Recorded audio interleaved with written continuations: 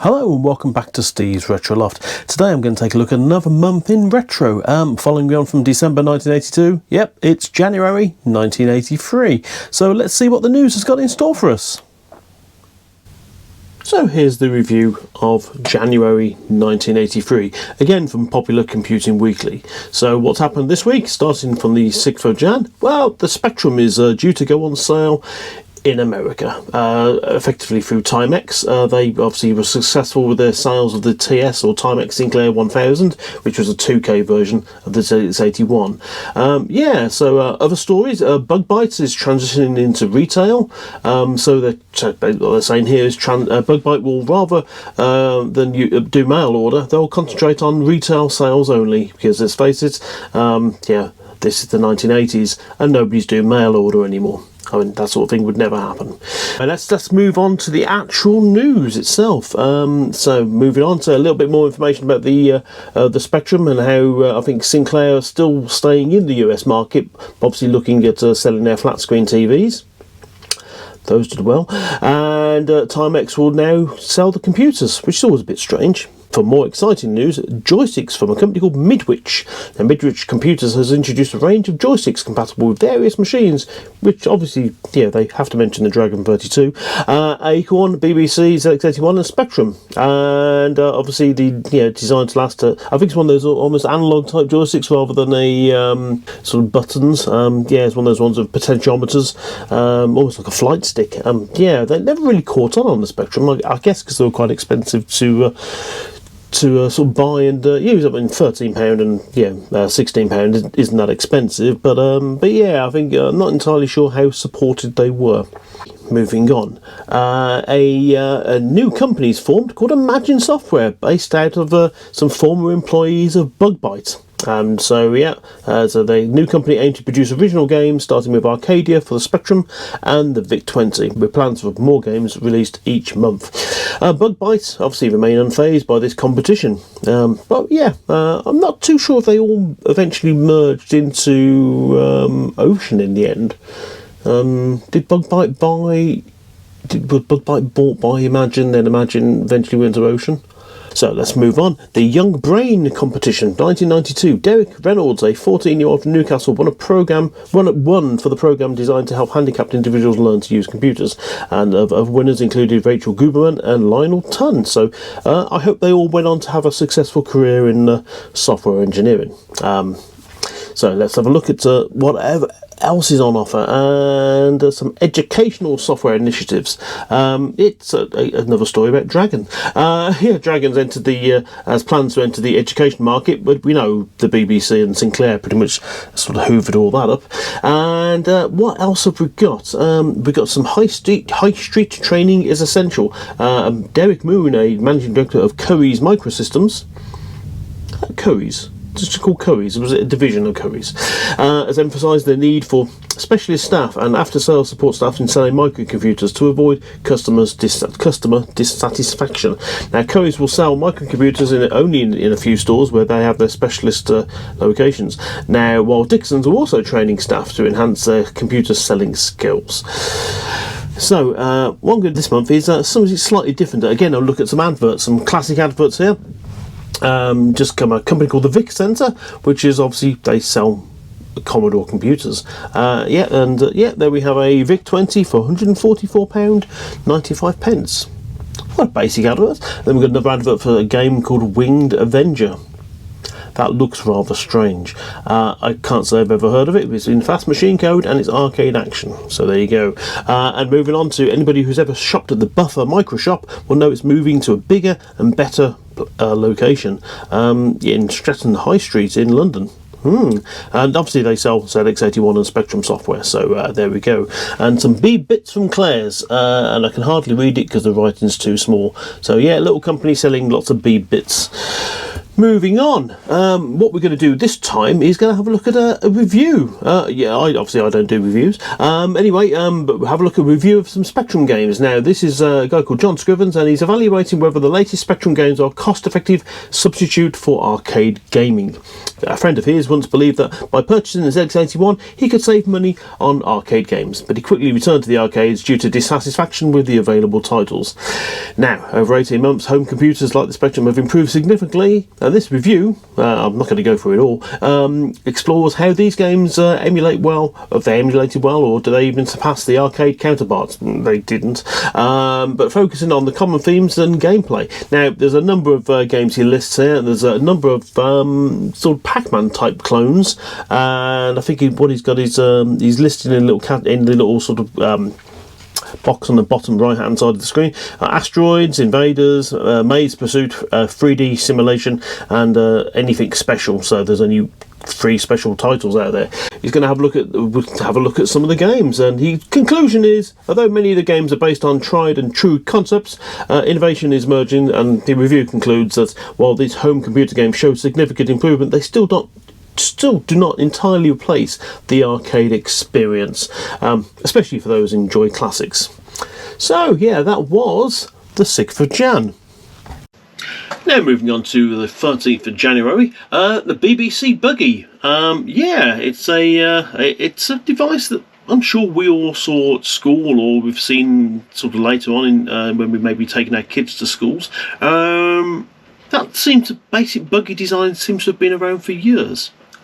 Well, yeah. So basically what's saying, the BBC introduced the Buggy, a robot vehicle designed for the BBC B microcomputer. It's a free-wheeled vehicle, operates using 12-volt precision stepping motors, and communicates with the computer via a special interface. I mean, the BBC had billions of interfaces underneath, so yeah, it's probably just one of the many, many built-in ones. So let's have a look. I mean, we've talked previously on some of these episodes about a computer called the Lynx, which I don't think anyone ever saw. But Computers have set up a separate software company to support its Lynx computer, and they plan to release some educational titles, because they all did, and some future developments include a data handling pack, graphics and sound, and a band structure programming pack. So yeah, those are all coming soon for the Lynx. So, on to the news, a bit more buggy fun. So the Buggy is developed by MEP and Economatics, whoever they are, in partnership with the BBC, and it features interactive commands like bumping sensors, light resistor, LED transceiver, custom sensors. And some of the software includes 13 programs, and I'm only going to list a few of them. There's Test, which checks the setup, which is a bit odd, Snail, Line Follower, Explore the Object, and does various different things like that. And the Buggy itself, it's actually not a bad price for schools. It's £120 plus VAT. On the subject of BBC, well, Acorn anyway. Now, Acorn Computers Innovations. So Acorn have showcased several peripherals for the BBC Computer Exhibition. So including 3 second processors for the BBC. So 6502. So we can have a second 6502. Okay, I know you could get a Z80 for it, and another processor, a 16032. I've never heard of that one. But yeah, these units will integrate with a high-speed interface called the Tube, and particularly noteworthy is the 1632 unit, which is expected to be the world's least expensive 32-bit processor. A teletext adapter will be available for downloading CFAX, and that was always fun. Everyone liked CFAX, didn't they? So, what else have we got now? Sinclair share placement. So, Sinclair plans to issue a 10% share to city institutions, aiming to raise £20 million, which would value the company at £200 million. The proceeds to this will partially fund an electric car electric car project, and if you've ever seen Micromen, you know how much the electric car meant to Sir Clive. Move on from that. It's micro grants to train teachers. Now, the Department of Industry has announced a plan to provide £1 million in microcomputers to over 100 teaching training colleges. This initiative allows colleges to apply for funds to purchase software and peripheral devices, supporting better integration of technology in education. And we can't argue with that, really, can we? Yeah, slightly, we may have missed this one, but the Swansea Computer Show runs from the 13th to the 15th of January. Free entry, which is always nice. What else have we got? In exciting news, we have a VIC IEEE interface. I think that's enough ease. For the VIC-20. So DAMS Business Computers has released that interface for the VIC-20, and what does it do? It allows connection of disk drives, printers and multiple computers to a single disk drive. Okay, yeah, place at 50 quid, and the Commodore 64 version is coming soon. Yeah, I'm sure it's lovely. So what have we got? And that's enough of that for the time being. Let's move on to the next section. So this is a review of the Auric 1. Now, it's one of these strange machines, which I think I've seen at exhibitions and the Computer Museum in Cambridge, but I've never used one. But yeah, let's have a look. So the Auric 1 is the first colour computer priced under £100, designed by a company called Tangerine. It features an extended version of Microsoft Basic, including full string handling commands such as left string, right string and mid string. I mean, if you've been missing those commands, then yeah, this is your time. This is your time to thrive, really. Yeah.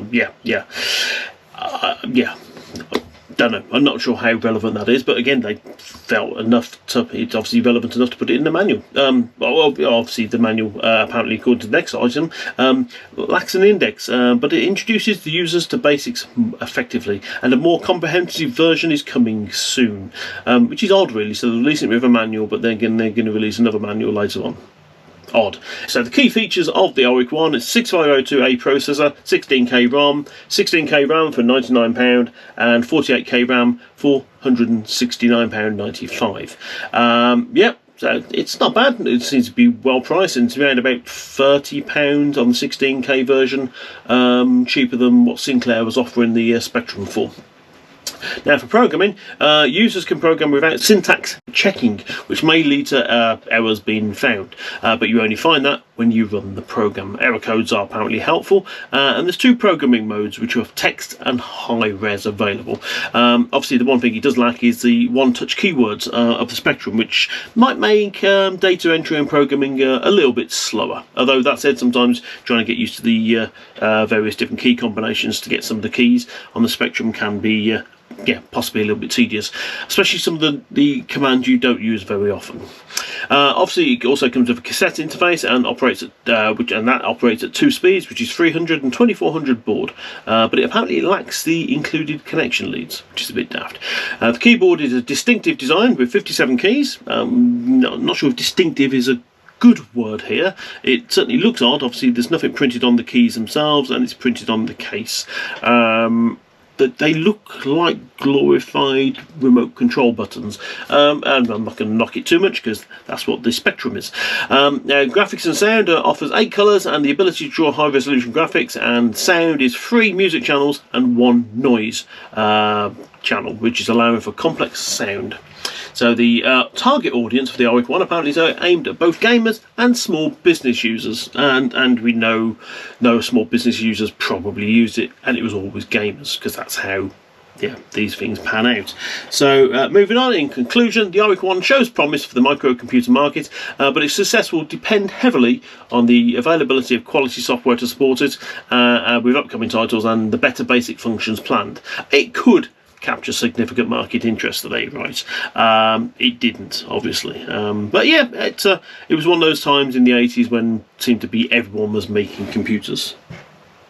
So moving on to the 20th of Jan, and the Commodore PET has a new look, and that's hideous. I mean, in fairness, the Commodore PET was never a looker.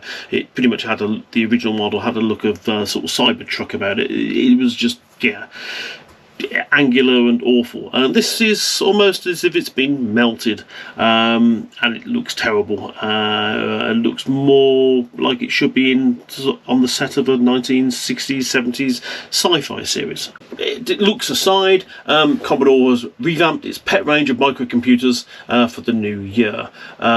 The PET range has been rationalised following the launch of their mid-range Commodore 64 and the top of the range 700. Now, the 832 8032 and the 8096 PETs will be repackaged in the futuristic design of the 700, while a limited number of old 4000 style PETs will still be available. Now, what else have we got on the front page? It's an American version of the ZX Spectrum. So Timex has officially launched the American version of the Spectrum, named the TS2000 at CES, and approximately it looks a little bit cheaper than the UK Spectrum. 16K was £95 and 48K was £127.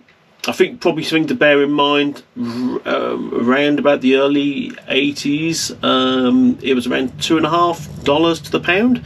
So yeah, obviously we probably would have got them a bit cheaper. But the TS2000 closely resembles the UK counterpart, but features NTSC compatibility. Nice, that's those words you want to hear, NTSC compatibility. And a distinct brushed silver look compared to the original Spectrum Black. Alongside this, Timex has introduced the TS2040 printer, which utilises Sinclair technology. Whatever that is. It means the print commands probably just work with it. This dot matrix thermal printer can display 32 columns on 40 column wide paper and will retail for £63.50. And if you've seen pictures of it, it looks remarkably like the Alphacom 32. It probably is. Wait, let's move on to the news now. The Commodore updates continue, and the Commodore prices obviously have been released at the new 8000 series, although they mentioned it's a 700 and then 8000 series. So the new 8000 series machines available in July, and the key highlights include the 8032 is 32K priced at 995 plus VAT, and the 8096 is 1195. So yeah, £200 for an extra 64K of memory. Yeah, bear that in mind when you criticise Apple's prices. I'm guessing it was that sort of time, and yeah, they could get away with it. Obviously, yeah, like everybody's doing now, especially with the prices of DRAM and SSDs going up. Additionally, a 5-year technology agreement with Zilog will enhance Commodore's capabilities through a Zilog Z8000 chip, which is not a chip I'm familiar with, which supports CPM86 and will contribute towards the development of a 16-bit second processor card for the new 700 machine. Also, Commodore set to release a new line of portables based on the Commodore 64, and they will have 64K RAM, a 5-inch black and white display, a single 170K disk drive, and expected to be around 630 quid. The advanced model will include a full colour display and dual disc drives, around about 950 quid. My God, that's expensive. Now, if you follow Techmoan, like all of us, we all should do, he did a repair on the SX64, which is, I assume, is probably the later model. I'll add a link to it below. Congratulations to Alan Benjamin. He's the chairman, or should say chair these days, of the 82, or the IT 82 committee. I've no idea what that is, but he received an OBE in the honours list for contributions to the computing industry, so congratulations, Alan. I hope it opened a few doors for you. Right, Sinclair's production plans. Now, anybody who's followed the news over the last 2 episodes will know that Sinclair was having a few issues with strikes, and again, so Sinclair may relocate production of the ZX81 and Spectrum to France if Timex's Dundee plant strikes. Sinclair's reaction scores potential for disruption in supply chains, and the threat of strike action could jeopardise production levels with potential fallbacks options identified. I'm not sure if that ever happened at the time, but obviously as we know, not so much possibly because of the strikes. I think it's more because of the throughput, and eventually they chose to manufacture the Spectrum in Korea by a small company by the name of Samsung. I hope they've done well because they obviously delivered some really good quality Spectrums. My Series 4 I've got is actually one of theirs, and it's pretty much good. It's got a bomb-proof membrane, and it's all great. Now, next up, Olivetti Spark printer for Acorn. So Acorn Computers has adopted the Olivetti JPIOP printer, which employs a non-impact spark inkjet method. So it's an inkjet printer. It's capable of high-resolution printing at 83 characters per second and includes various graphics modes, and it's got a Centronics interface. which is nice. Now the printer is priced at £395 plus VAT, which for an early generation inkjet was probably okay. Interestingly, I believe they sold their computers division to Olivetti when the business eventually went melons up. Now, Oric production challenges. So, hot on the heels of last week's review of Oric, obviously people rushed out to buy it because the Oric microcomputer is facing production issues, resulting in the cancellation of a 32K version. Challenges primarily stem from the difficulty sourcing suitable components. However, the software division Tansoft is developing a range of software, including an upgraded ROM and extended BASIC, and a diverse line of games. Expect to launch in March. So yeah, it's always a bit of a funny one. So they released it, and then we're going to upgrade the ROM. So yeah, it is back. I guess it's a bit like when an Xbox game is released nowadays. It doesn't work, and you've got to wait for 4 software updates for it to actually work properly. Atari have announced a new microcomputer called the 1200XL, which is an upgraded version of the Atari 800 with 64K RAM, expected to retail at $375.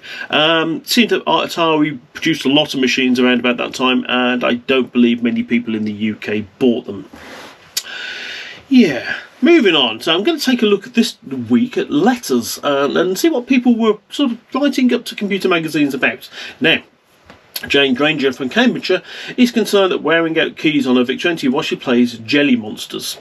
She notes pressing the game using the 4 keys might repeatedly lead to wear. The response is obviously it's a full-size typewriter keyboard on the VIC-20, and it's designed to handle repeated key presses as long as you don't hammer them. And to be fair, I don't know if anybody, I don't know anyone that had a VIC-20, but I know a number of people who had a Commodore 64 over the years, and yeah, those keyboards were fairly well hammered. I mean, I think the left and right shift keys on winter games or summer games when you had the shotgun shooting, and Hypersports. I mean, it might have been Hypersports actually, when you had sort of skeet shooting, and I think when you had to do the running and was it the pommel horse? Yeah, there's a lot of keyboard bashing there, and as far as I know, my mate Mark, his keyboard never expired, and we played that game a hell of a lot.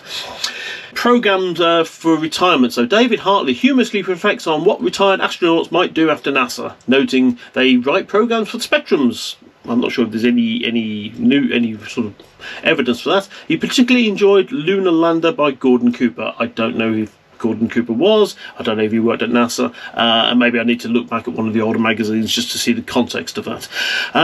So moving on to expanding the Dragon. David Markwell provides tips for Dragon users, because obviously they all read this magazine, and how to expand their memory at no extra cost. By entering a PC clear 1 command right after switching on, you can increase the available memory to 4.5K. However, note the potential issues that the expansion only activates when after running a program, and the use of previous high resolution commands can lead to errors. So it's not really great.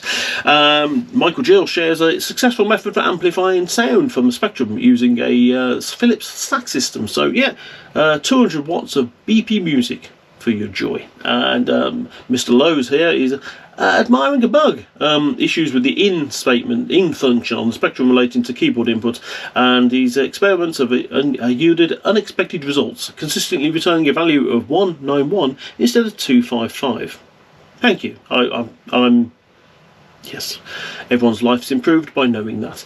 And talking of improvements by renumbering. Now, Bill Longley thanks AJ Clavier for renumbering improvements for the Spectrum program, but he corrects a misprint, so thank you, Bill. So yeah, if you tried to renumber using the program previously mentioned where's it mentioned? Just mentioned it there. It must be a previous edition.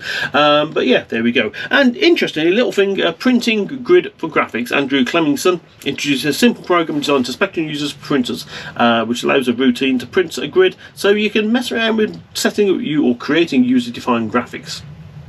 That gives me an idea for a little program I could try at some point.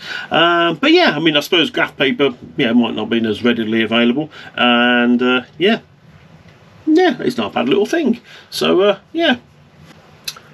So we've reached the 27th of January, and the headlines are Acorn's Electron launch, pretty much. Acorn Computers is set to launch the Electron computer in March for a price of £150. The Electron retains the same basic keyboard as the BBC model, albeit it's got a few less keys, and without the high-resolution graphics option. All keys will be user-definable, allowing for customised configurations.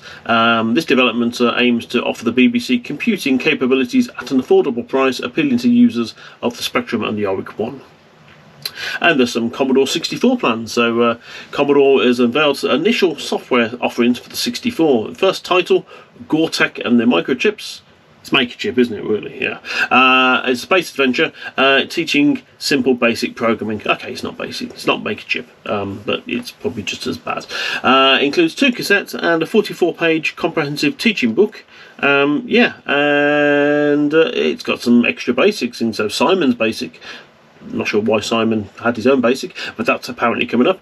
Some various business software, some exciting things like that. So moving on, let's have a look at the Acorn news. So it's Acorn preparing to launch Micro in March, and it's pretty much is it repeating the same sort of thing? It is. Now Future, it's got a basically offering a tape interface, only offering a tape interface initially, and a video output at the outset, and there's some further future modular interfaces available to upgrade the Electron to BBC Model A standards. But the combined cost might rival the cost of the Model A itself. Chris Curry, the managing director, notes that the modular approach targets users who prefer add-ons, especially to compete with the Spectrum. The Electron will be sold through retail chains and mail order, and it's marking a significant shift in Acorn's sales strategy. I can't remember if the BBC was just sold direct. Maybe it was, again, back in the 80s, so I've probably forgotten all about it. Now, Texas Instruments have launched a computer to pretty much rival the Spectrums, I think. So let's have a look. It's a TI-99-2, a low-cost 16-bit microcomputer to launch in July. It will feature 4K of user RAM. Yep, high-speed microdrive for data storage, and it says priced under £100. It says nearer to 70 than 80. So why didn't they say price under £80? Nearer to 70 to 80 will be £74.99 then, probably. Not sure why they wasted so many words at that point, but I'm guessing they probably had a page to fill, and yeah, it was using their mind rather than Chat GPT or something like that to fill it with fluff. So the TI-99 will support an initial library of 20 cassettes, programs, and 2 ROM cartridges intended for learning programming in BASIC and Forth. And some peripheral devices include a high-speed drive and a 4-colour printer plotter, and it'll be released in conjunction with the TI-99. And I believe the actual, bizarrely, it's a black and white computer, which is odd. So effectively it's a slightly better ZX81. So Apple showcased its new Lisa Micro during the week of the IBM personal computer launch in the UK. The Lisa, priced around about £8,000. £8,000. Yeah, I did say that twice. It utilises a mouse for sophisticated cursor controls and integrates hardware and software to allow multiple software packages to run simultaneously. Yeah, it seems strange when they talk about it that way, but it's just, effectively a GUI, isn't it? So IBM's personal computer will start at £2,080 for a basic model featuring 64K, 160K floppy, and a monochrome monitor. So you get quite a lot for that 2K. Well, say 64K RAM, so it's not great. And the PCs will be built in a new plant in Greenock, creating approximately 400 jobs. Following on from the report of the Sinclair offering some shares, it's obviously a successful sale of 400,000 shares, and I think initially they said it was going to be valued, Sinclair would be valued at 200 million, but it's 135.9. I'm sure the 0.9 is relevant. So the 12.7 million raised will fund Sinclair's electric car project, and we all know that went well, which requires additional investment because it wasn't very good. But as the company's pre-tax profits are projected to reach £14 million this year, I think Sinclair would do reasonably well. It's just they spent a bit of money on things, concept products. Yeah. A new joystick has been released. The Competition Pro joystick by Coin Controls is now available for the Spectrum at the price of 26 quid. New joystick offers 8 directional controls and 2 fire buttons, even though you can only use one. Somebody called Pixel Productions merger. Yeah, so Pixel Productions, a software house for the Z81 and VIC-20, has appointed Quicksilver for exclusive marketing and distribution of its tapes. So yeah, I'd never heard of them. So let's move on to the letters. Now, there's some discrepancies in logic theories, whatever that is. So David Bullymore's critiques a previous letter concerning a monkey and a stone balancing act. Okay, yeah. So then the PJ Welch is questioning whether about the compatibility of the Tandy assembler cartridge with the Dragon 32, and I do believe that the Dragon 32 was a TRS-80 in a different case, or something very similar. Some gaming experiences from David Putney, and he shares his success with Hungry Horace, but he's claiming he's found a secret that boosted his score significantly. However, he expresses extreme sadness that this discovery has diminished the game's challenge. Some questions, also Joe Walker disagrees about claims about ZX81s and believes there's more users with 16k RAM than not. Some bug reporting from LA King found a bug in a program and he wants to correct other users. Yep, and Kerry Muckart is proposing some a routine for auto repeat on certain keys for the Dragon. And talking of dragons, Adrian Nichols expresses discontent after discovering a number of bugs in the Dragon manual. But yeah, there we go. Also, I thought I'd have a quick look at this one. There's a section called Peek and Poke. It contains some little nuggets of information. And obviously, first up is channels in the ZX Spectrum. And channels allow for effective input and output management, enhancing capabilities of the Spectrum. This article goes on to look at how to utilise channels like 0 for the screen and 3 for the printers can greatly improve program functionality. Yeah, there's a little section on printing on specified lines. So by directly altering ROM addresses, users can print text on normally inaccessible lines, allowing for more flexible display options. Now, this technique requires care and it can lead to system crashes if you don't use it properly. The little section on custom cursors. Changing the cursor representation can enhance a user experience when inputting commands. Yeah, some memory managed techniques and some continuous scrolling. I find sometimes these little sections in the magazines are quite useful, and they often sort of contain little nuggets of information that the manuals seem to miss out. But there you go. And that's the look at the magazine so far. What we're going to do is go back to the review. Where it was, what's his name again? Yeah, John Scriven's review, and look at some of the games. A couple of the games that I'm interested in are Planetoids and Missiles and Space Raiders. So I'll take a look at one of those and see if I agree with the reviews of John Scriven. So this is Planetoids, and yeah, the sound effects are quite annoying. So simple controls, ZX, space, and enter. And so look, probably not the easiest thing to use on a Mac keyboard, but probably better on a Spectrum keyboard. I have to remember H for hyperspace. Let's see how the game goes.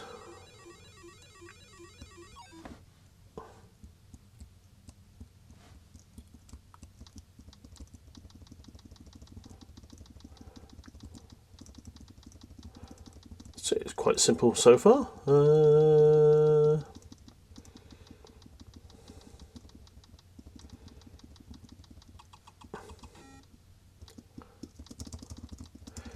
first didn't seem to do much. I thought it'd be sort of more of a sort of fluid movement. I'm sure the arcade one, it's a bit like the gravity or the lack of gravity in space. When you hit the thrust, it moved.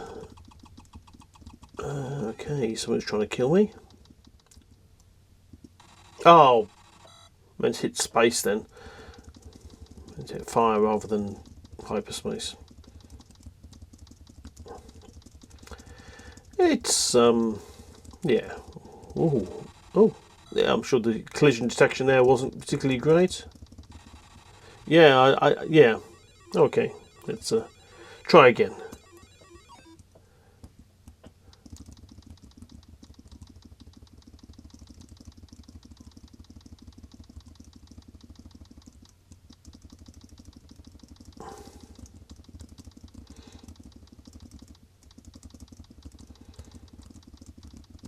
Oh. Yeah, zoom out of danger. Not sure what hyperspace, does it just move you to a different location completely? Yes, it does.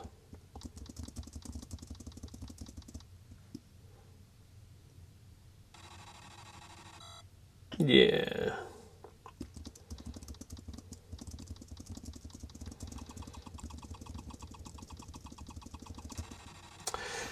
Yeah. Yeah, let's have a reminder of what the review said. I shall turn the sound down even more because it's terrible. Right, the review was pretty much a faithful but jerky adaptation of a classic Asteroids arcade game, and sort of lacks fluidity. And yeah, I don't think I can argue with that. That leads me to the conclusion of what I tend to do most of my games I don't get on with is hit this button here, and then that happens. Obviously, I'm actually running the emulation as a ROM cartridge, so obviously restarting it isn't going to work. But there you go. That was Planetoids for the Spectrum. So there we go, that's the look at retro from January 1983. Yeah, things have moved on. Well, maybe they haven't. Sinclair may or may not have production issues because of strikes. The Commodore 64 may come out at some point and get released with software. The Electron might see the light of day. The Lynx, yeah, I'm not entirely sure what's happening with that, but it may exist, it may not exist. And the Auric one may actually get in the hands of some people, and also there's a sprinkling of some other stuff which may or may not get released. But anyway, yeah, that was then. So yeah, if you like what I do, please like, comment, subscribe, and click the bell icon so you get notified next time one new video drops. But until next time, I'll see you again soon. Bye bye.